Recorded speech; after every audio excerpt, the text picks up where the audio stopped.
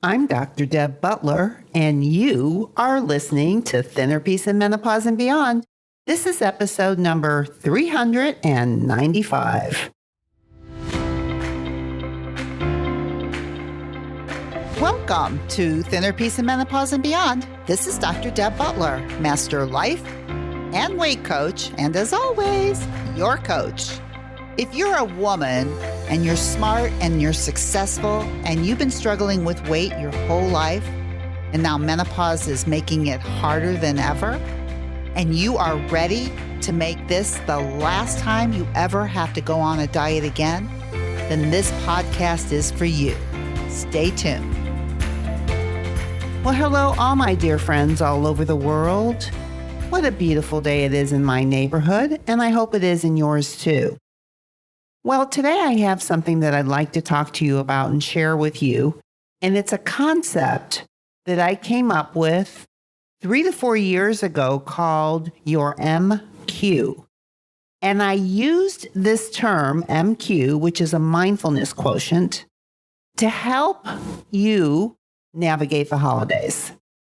So it is also one of my most popular downloaded podcasts. So for today, what I want to do is I want you to listen to this podcast on your mindfulness quotient, your MQ. I explain it to you. I tell you how to use it. And it could be the beginning of a very mindful holiday season, which is coming up very, very soon. So whatever you do when you listen to my podcast, get ready to do it now. If it's walking, I know a lot of you like to walk with me, or you're driving. I like to drive and listen to podcasts. Or maybe you're taking a bubble bath, which is something else I like to do. Or maybe you're doing something I never thought of. But whatever it is, sit back and listen to my concept of mindfulness quotient, your MQ, and maybe not only will it change your head, it'll change the way you start seeing the holiday season. Enjoy. Hi there, my dear, dear friends. We're in November, and if you haven't noticed, the holidays are coming, the holidays are coming, the holidays are coming. And for all of you, this creates all different kinds of thoughts. What I want to talk about with you today is for those of you who are frightened by the concept of with the holidays coming, that means you're going to be gaining weight. And if that's what you're thinking, then learning about your MQ is what's going to save you this holiday season. And what I mean by saving you, I mean 1, keeping you from gaining weight, 2, helping you lose weight, and 3, having all of these aha moments. Yes, I want you to decide to have an intention this year for the holidays that you're going to have a new way to approach it. And instead of the thought like, uh-oh, what am I going to do? How am I going to keep myself from gaining weight? How am I not going to enjoy all the goodies that happened this year? All the things that you think about that mess with you. What if this is the year that you decide, number 1, because you're going through a transition of menopause and that you don't want to continue doing all the things that you used to do that got you here, you decide this holiday season, you're going to think differently. In other words, think about what you want to think about now that you're going through menopause. How do you want to transition? If before menopause, you always gain weight during the holidays due to what we would now call it mindless eating, what if you made the intention that this holiday season, you were going to decide ahead of time that things are going to be different starting now? Out of all the empowering thoughts that you could have, this is what I want to begin with. What if you thought, I can eat anything I want, but how do I want to feel inside of my body when I'm done? I think it's just a really fantastic question to ask yourself. Now, I began this whole thing with talking to you about this new concept that I want to introduce to you, and it's called your MQ, or your mindfulness quotient. So before I explain what that means, let me talk about some of the other quotients that you already know about. So let's start with your IQ. Now, your IQ is considered how intelligent you are, or your intelligent quotient. And basically what it is a total score derived from one of several standardized tests that are designed to assess human intelligence. And the abbreviation of IQ was actually coined by a psychologist. His name is William Stern. And it was for the German term Intelligenz quotient. And it was his term for a scoring method for intelligence tests. And it was advocated in 1912, just for a little bit of history. Okay, so there's the IQ. How smart are you? And I know for all of you that are listening to me, all of you have a pretty high IQ. I know for most of my clients that I work with, I tell you over and over again, they are smart. And yet, when it comes to making themselves a priority and making choices that are actually good for them and eating from a mindful kind of way, it seems so very difficult. They almost become like idiots when it comes to choosing the right food for themselves. And I want to explain to you why that is because IQ is not the only quotient that can be measured. I don't know if you've heard the term EQ, emotional quotient, but that became very, very, very popular in the 1960s. And then again, by, I'm sure you've heard of him, a special journalist and a psychologist, Daniel Goleman, who wrote his very, very popular book in 1995 called Your Emotional Quotient, your EQ, our emotional intelligence. And now emotional intelligence, or IQ, is defined as the capability of individuals to recognize their own and other people's emotions, to discriminate between different feelings and label them appropriately, to use emotional information to guide thinking and behavior, and to manage and or adjust emotions to adapt environments or achieve one's goals. Okay, so that's your EQ. So first we had IQ, how smart you are, and then came EQ, which is how emotionally aware you are about how you feel and how you think other people feel. And according to Daniel Goleman's book, that is more a deciding factor of how successful you will actually be in life. In other words, how emotionally aware will help you much more than how smart you are. Okay, so you with me on all of this? Now, for most of the people that I work with, they have high IQs. They also have very high EQs, very, very emotionally aware. But this is where the problem is. And this is the term that I have created, that I am sharing with you, that my whole book is going to be about. But it's this new term called MQ, which is your mindfulness intelligence, or your mindfulness quotient. Or even you can call it your mindfulness eating quotient. I love that even more. Okay, so your mindfulness quotient, basically, because what mindfulness is a non-judgmental, receptive mind state in which one observes thoughts and feelings as they are without trying to suppress or deny them. We cannot ignore our pain and feel compassion for it at the same time.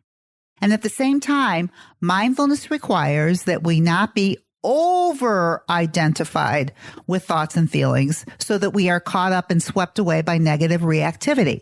So the difference between your MQ and your EQ is MQ is you are non-judgmentally aware of what's going on inside of you and what's going on around you.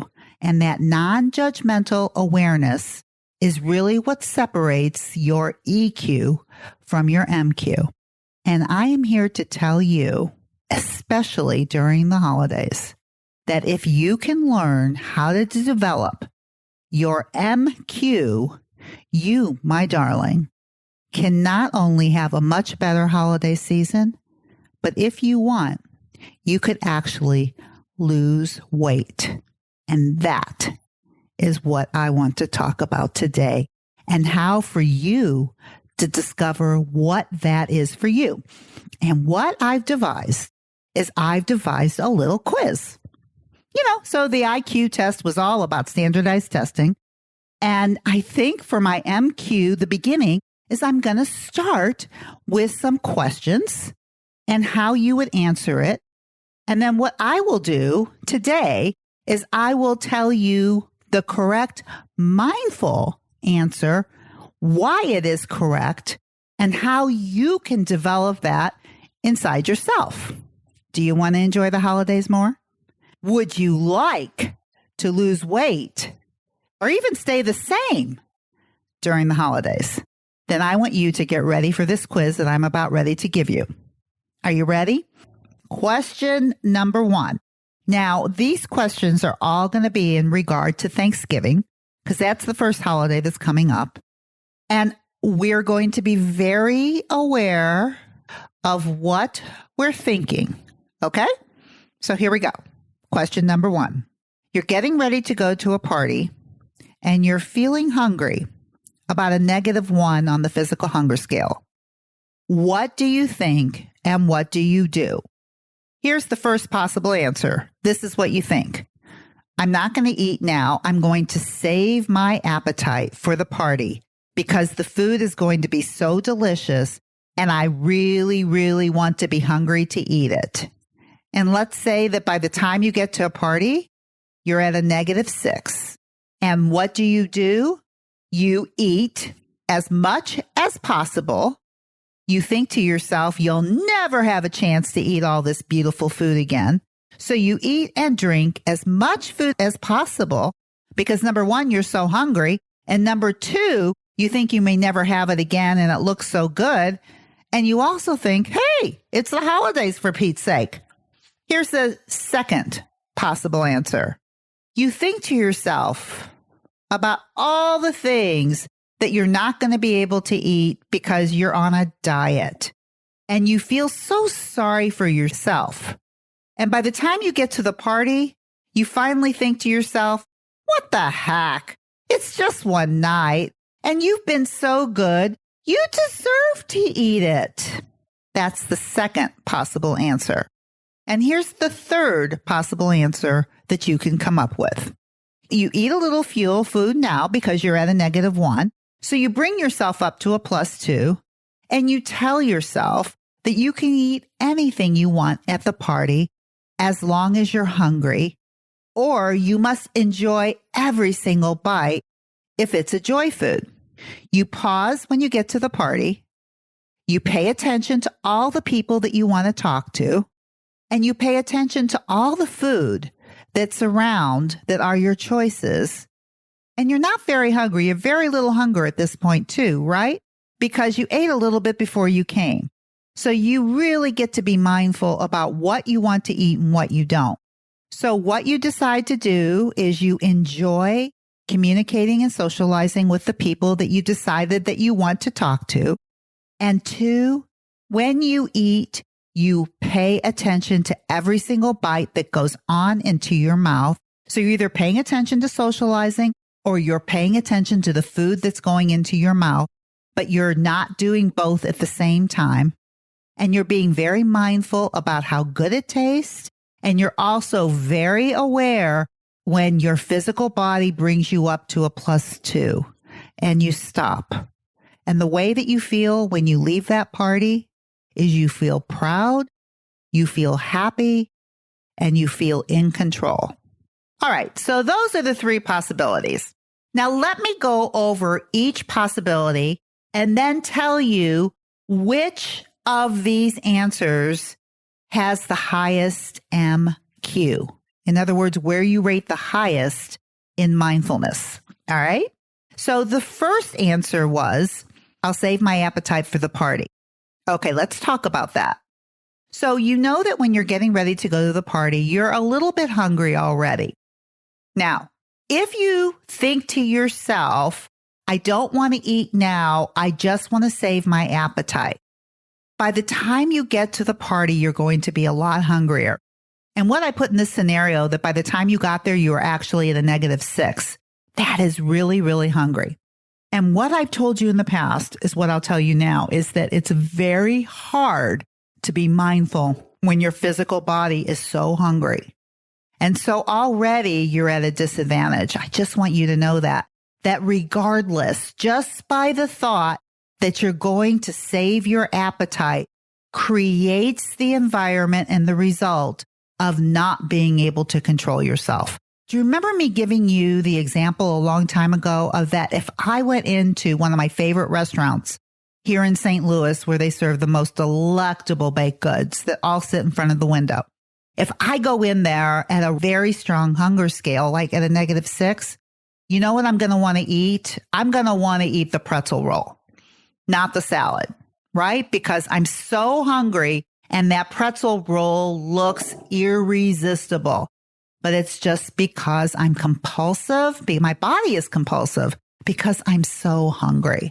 As opposed to if I go into that same restaurant and I'm at a -1 or a -2, I can actually make the best decision for my body because my body is not screaming at me. Same thing if you're going to this Thanksgiving party. If you're at a -6, you do not have a choice. It makes it very, very difficult. So the mindful way of doing this is that when you feel a little bit hungry, before you leave for the party, you take care of that hunger to ensure that when you get to that party, your body is not screaming at you and you can be extremely mindful of what you want to put in your body, right? So that first answer is not the correct answer, saving my appetite for the party. Nope. If you're starting to get hungry before you leave, you take care of it right there and right then.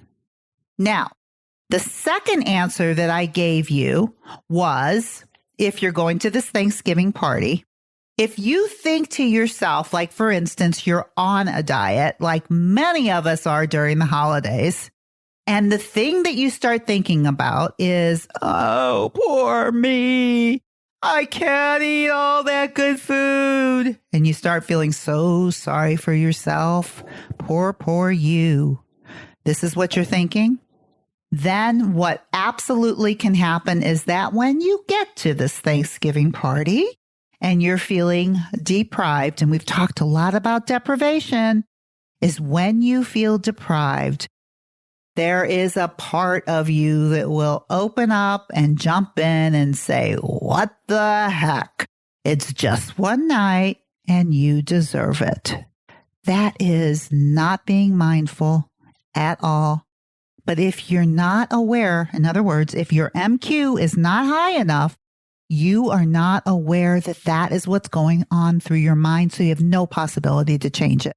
But now that we're talking about your MQ, you are now seeing that you can see, you can become aware, you can have no judgment about the things that are running around in your mind, right? So I just gave you two possibilities. One, I'll save my appetite for the party. Not going to work. Or two, poor me, I'm on a diet. I can't eat all those foods. Oh, and then you get to the party and what the heck? It's a party. And you throw it all out the window. All low MQs, low mindfulness quotients. Now, let me give you the third answer. And I think I've already told you what it's all about. What if you eat a little fuel food now, because this is the high MQ. This is really the answer. I gave it to you and maybe you chose it, but let me really explain it to you. If you eat a little fuel food now and you bring yourself up to a +2, and you tell yourself you can eat anything you want at the party. Because you know what? You can. You can either enjoy a food that's not a fuel food. In other words, enjoy every bite and stop the minute that you're through. Or you can eat a fuel food and make sure that you're paying attention to the physical part of your body and you're stopping when you get to that +2. You pause. You pause before you decide who you're going to talk to. You pause before you decide what you're going to eat. And you see what's going on inside of your head, non-judgmentally. You just watch it, because really everything that I've told you so far could all be thoughts that are running around up there. Every single answer that I gave you, I'll save my appetite for the party. Oh, poor me. Or maybe I'll just take care of myself now and I'll pay attention at the party. You just get to choose. When you become this mindful, you choose the thoughts that work the best for you. And of course, what you want the result to be is you want to walk away from this party at a +2 physically. That's the best thing that you could ask for yourself, is that you walk away with a +2. And if you had some food that was so delectable and delicious and it wasn't a fuel food, you enjoyed every bite of it and you didn't eat too much of it. Hey, would that be lovely? This is the way a naturally thin person thinks. And with a high MQ on your end, you can do exactly the same thing. This is so exciting, this little MQ test that I'm giving. And on the next couple podcasts, I'm going to give more of my quiz, more questions and more answers, and how to raise your own MQ. And this is what I believe. The higher your MQ, the lower your body weight. Really. Because you know by now that what goes on in your mind affects your feelings, affects how you treat yourself, and affects the overall result.